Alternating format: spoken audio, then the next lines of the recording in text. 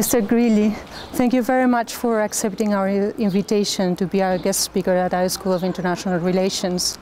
It's a pleasure to be here in this beautiful and excellent institution. Thank you. 2012 has proven to be a disappointment in many economies, including Italy. I would like to know your view on what are the main reasons for this, and do you expect changes in 2013 in that respect? Yes, it's been a tough year, and also this led us to revise our expectation also for 2013. We still believe in the second part of 2013 we're going to have an inversion of trend. We expect growth to pick up in the second semester, but the first semester as well as 2012 look worse than we hoped. You have introduced big fiscal adjustments during your present mandate as finance minister of Italy. Nevertheless, Italy's debt still high when measured to a ratio to GDP. Is Italy going to have to do more fiscal adjustments, you think? No, you're right, but we have to distinguish between stock and flows. I mean, the flows now are in equilibrium. We achieved a structural balanced budget. Of course, unfortunately, the stock of debt, because of the recession, the just ratio between debt and GDP has been growing, mostly because the GDP has been falling.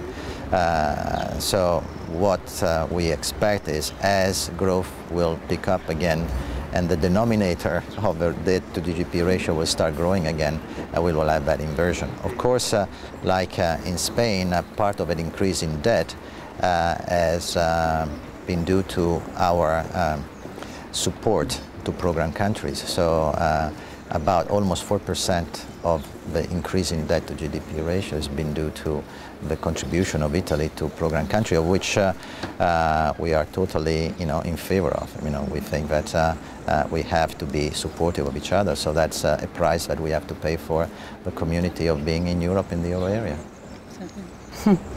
And I would like, at present, Japan and the US are adopting significant expansionary monetary policies. Do you think the European Union should follow this path? Well, that's a frequent question. Nonetheless, we have always to keep in mind what is the mandate of our central bank. And our central bank has a different mandate than the Fed of Bank of Japan is basically has to take care of inflation, and that is the main mandate. But of course, within that mandate, the ECB and its chairman have been very proactive in helping with the liquidity in the system, with smoothing out the tension in the sovereign markets, in repairing what I consider the most problematic issue right now in our credit market, which is their segmentation.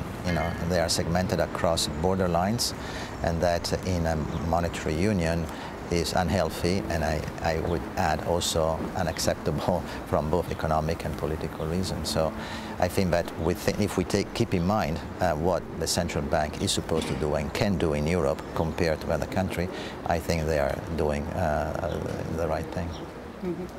My last question is on, I would like to know your view on of the challenges for the euro and the future of European integration. Well, that is, we as Italians are totally convinced that our future is within Europe and within the euro.